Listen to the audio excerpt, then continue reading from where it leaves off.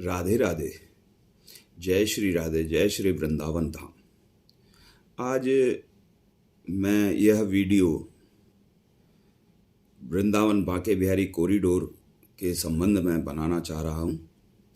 कुछ प्रश्न हैं, मूलभूत प्रश्न हैं जो कि समाज के सामने खड़े हुए हैं। शासन प्रशासन उन प्रश्नों से नज़रअंदाज हो करके मनमानी तरीके से कॉरिडोर को बनाने की जिद में अड़ा हुआ है। कुछ संत और महंत इस कॉरिडोर का शासन के समक्ष अपना समर्थन पेश कर रहे हैं।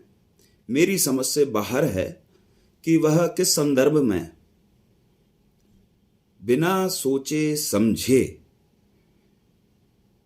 शासन को समर्थन दे रहे हैं, जबकि यहाँ के ब्रजवासीगण और जो वाकई भजनानंदी संत हैं उनसे कोई सलाह मशवरा नहीं किया गया। कॉरिडोर का मूल रूप किस तरीके से बनाया जा रहा है वो सोशल मीडिया के माध्यम से जनता के बीच में है। उस प्लान को देखते हुए एक बात समझ नहीं आ रही। कॉरिडोर की आवश्यकता शासन बोलता है कि इसलिए है कि श्रद्धालुओं की अत्यधिक भीड़ होने के कारण कॉरिडोर की आवश्यकता है। ठीक है, मानते हैं कि श्रद्धालुओं की अत्यधिक भीड़ होने की वजह से कुछ अव्यवस्था हैं, लेकिन शासन और प्रशासन उन व्यवस्थाओं को संभालने में नाकाम है रहा। इसलिए वह एक कॉरिडोर का प्रस्ताव लेके आया। लेकिन जो भी अव्यवस्था अभी तक श्रद्धालुओं की भीड़ के कारण हुई है वो मंदिर के अंदर हुई है। मंदिर के बाहर इतनी बड़ी कोई समस्या नहीं है, क्योंकि मंदिर के चारों तरफ कुंज गलियां फैली हुई हैं और श्रद्धालुओं की संख्या कितनी भी हो जाए उनमें समा जाती है। समस्या मंदिर के अंदर आती है। आज तक जो भी घटना दुर्घटना हुई है वह मंदिर के अंदर हुई है। कॉरिडोर बनाने के बाद शासन प्रशासन बोलता है जितने भी श्रद्धालु और भक्त लोग जो आएंगे उनको हम कॉरिडोर मंदिर के बाहर कॉरिडोर में एकत्रित करेंगे और धीरे धीरे उनको मंदिर के अंदर भेजा जाएगा। ठीक है, क्या उन श्रद्धालुओं को एकत्रित करने के लिए कुंज गलियों का नष्ट करना, ब्रजवासियों को विस्थापित करना और हर ब्रजवासी के घर में ठाकुर विराजमान है? बांके बिहारी मंदिर के इर्द गिर्द जितने भी पुराने मकान हैं उन सब में लगभग वर्षों से पीढ़ियों दर पीढ़ी ठाकुर की सेवा होती आई है। यही वृंदावन की खूबसूरती है। घर घर तुलसी ठाकुर सेवा और भोजन दूध दही को आलीरी मोहे लागे वृंदावन नी को। ये मीराबाई का कितना सुंदर पद है। जब मीराबाई वृंदावन आई थी उन्होंने क्या देखा और आज क्या दिखाना चाहते हो? दूसरी चीज, विकास का एक जो प्रस्तुत किया जा रहा है कि हम वृंदावन का विकास करना चाहते हैं। किस तरह का विकास करना चाहते हैं? आध्यात्मिक विकास करना चाहते हैं या भौतिक विकास करना चाहते हैं? भौतिक विकास की वृंदावन को आवश्यकता नहीं। वृंदावन यानी कि एक ठाकुर जी की लीला स्थली है। यहाँ पर वृंदावन में भागवत में भी कहा गया है ज्ञान वैराग्य बुढ़े हैं, वृद्ध हो चुके हैं और कलयुग में, और भक्ति महारानी जो कि उनकी माता है वो जवान है। ऐसा क्यों? कलयुग में भक्ति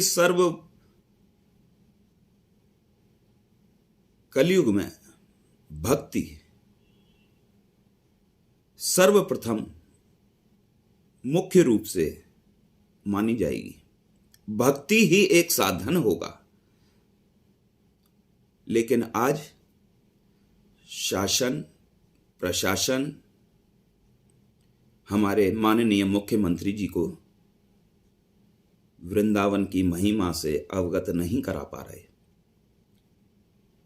उनको यहाँ की निकुंज लीलाओं के विषय में कोई भी ज्ञान नहीं है। और जो संत और महंत इस कॉरिडोर का समर्थन करने जा रहे हैं, मैं उनसे एक प्रश्न पूछना चाहता हूं, क्या वृंदावन का विकास आध्यात्मिक रूप में होना चाहिए या भौतिक रूप में होना चाहिए? वृंदावन भक्ति की भूमि है, यह एक पर्यटन स्थल नहीं है।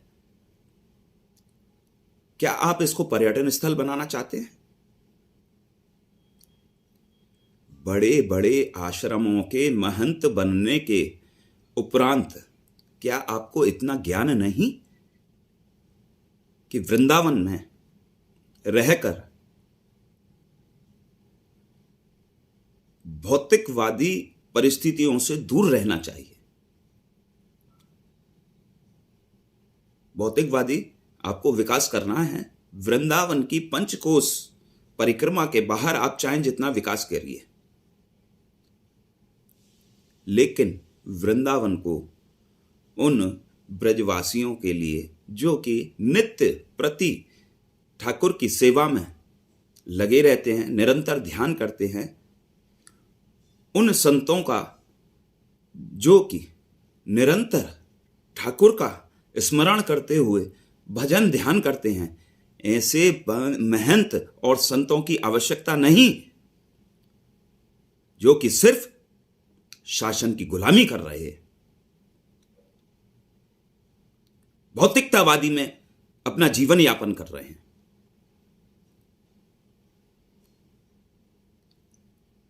उन महंत और संतों को चेतावनी दे रहा हूं कि ब्रजवासियों की हाय ना ले, ये वृंदावन की लीला मत जानो गुड़ को चीला, या ते ऋषि मुनि गए हार जपे जो राधे राधे, राधे राधे करिए। आप लोग ज्यादा राजनीति में ना पड़ें। कोई बोल रहा था कि यहां पे रहने वाले जितने लोग हैं सब मंदिरों की जमीन है। मंदिरों की जमीन नहीं है, ब्रजवासियों ने मंदिर बनवाए, मंदिरों के लिए जमीन दान करी, और ब्रजवासियों को राजा महाराजाओं ने यहां पर रहने के लिए, यहां पर ध्यान पूजा सेवा ठाकुर की सेवा करने के लिए उनको स्थापित किया था। यह भ्रांति अपने दिमाग से निकाल दें कि मंदिरों की जमीन है। मंदिर किसने बनवाए?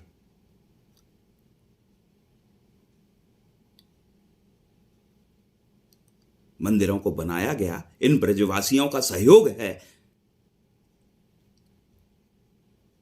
मंदिर एक अपनी आराधना साधना करने की जगह है। आप उसको पर्यटन विभाग बनाना चाहते हो? ब्रजवासी इस चीज का पुरजोर विरोध करते हैं। उन संत और महंतों से मैं पुनः आग्रह करना चाहता हूं कि आप अपने विचार पर पुनः विचार करें। ये शासन प्रशासन के जो अधिकारी हैं सदैव आपके साथ नहीं रहेंगे। ब्रजवासियों को आपके साथ रहना है। हम ब्रजवासी और संत एक दूसरे के पूरक हैं। ब्रजवासियों की माधुकरी करके संत लोग अपना जीवन अर्पण ठाकुर की सेवा में करते हैं, ध्यान में रहते हैं, भक्ति करते हैं। आज वही संत और महंत ब्रजवासियों के विचार जाने बिना शासन को समर्थन देने जा रहे हैं।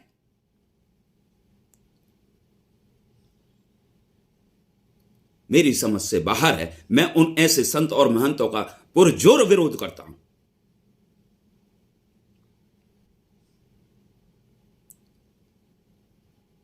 कैसे सोच लिया आपने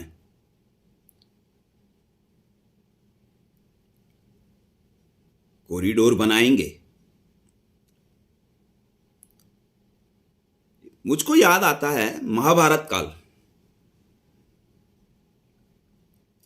उस समय कौरवों के साथ में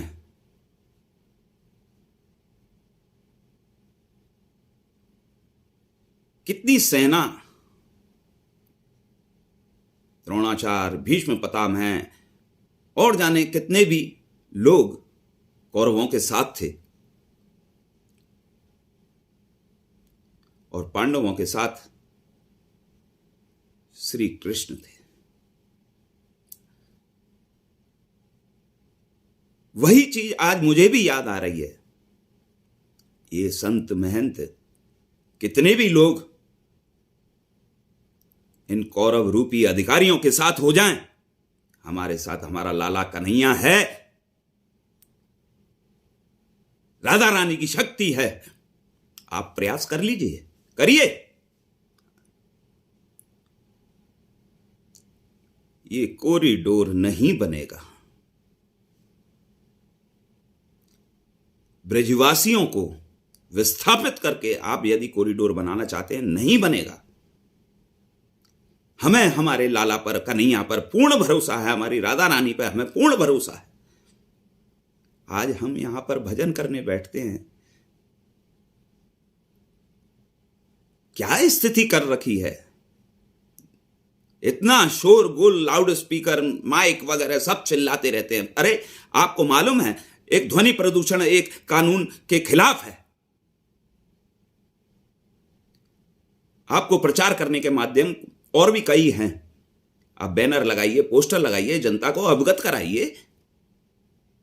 दिन भर आप ध्वनि प्रदूषण नहीं कर सकते, लेकिन कोई सुनवाई नहीं है। आप अपनी वेदना को किसके आगे जाकर के रोहोगे? यही कलियुग का प्रभाव है। हम मरने को, मिटने को तैयार हैं, लेकिन अपने स्थान नहीं छोड़ेंगे। यदि जबरदस्ती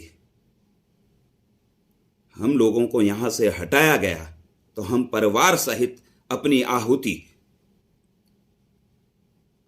अपने मकान, घर, मंदिर में दे देंगे, लेकिन यहां से हम बाहर नहीं जाएंगे। कन्हैया के, लाला के बिना हम नहीं रह सकते। हमको वृंदावन की परिधि से बाहर भेजने की कोशिश करेगा कोई, तो हम अपने प्राण न्यौछावर कर देंगे, और इसका पूरा पाप इन अधिकारियों के ऊपर जाएगा। और जो लोग उनको सहयोग कर रहे हैं वह पाप के भागीदार होंगे। ये मेरी वेदना है, मैं अपनी वेदना प्रकट कर रहा हूं, और पुनः उन संत और महंतों को आग्रह करना चाहता हूं कि जिस तरह से आपने शासन को, कॉरिडोर का समर्थन किया है, उसका खंडन करें।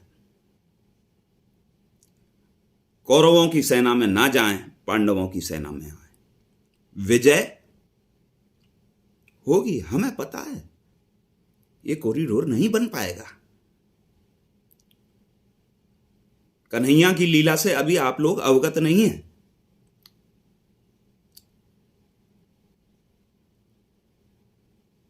अब सिर्फ दो चीज रह गई हैं। आप कॉरिडोर बनाना चाहते हैं और हमारा कन्हैया कॉरिडोर बनना नहीं देगा। देखते हैं आपकी शक्ति ज्यादा है या हमारे कन्हैया की, हमारे बांके बिहारी की। इसको छेड़ोगे तो नेस्तनाबूत हो जाओगे। गाम से और राम से किसी की पेश नहीं आई। बड़े बड़े रावण हुए, बड़े बड़े कंस हुए, बड़े बड़े राक्षस हुए। आप राक्षस की श्रेणी में मत आइए। जो वाकई वृंदावन में रहकर ठाकुर सेवा, ठाकुर में ध्यान, भक्ति में लगे हुए हैं, उनको मत छेड़िए। पुनः पुनः फिर मैं आपको आगाह कर रहा हूं,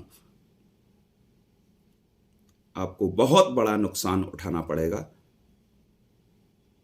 इसी के साथ मैं अपनी वाणी को विराम दे रहा हूं। राधे राधे। जय श्री राम।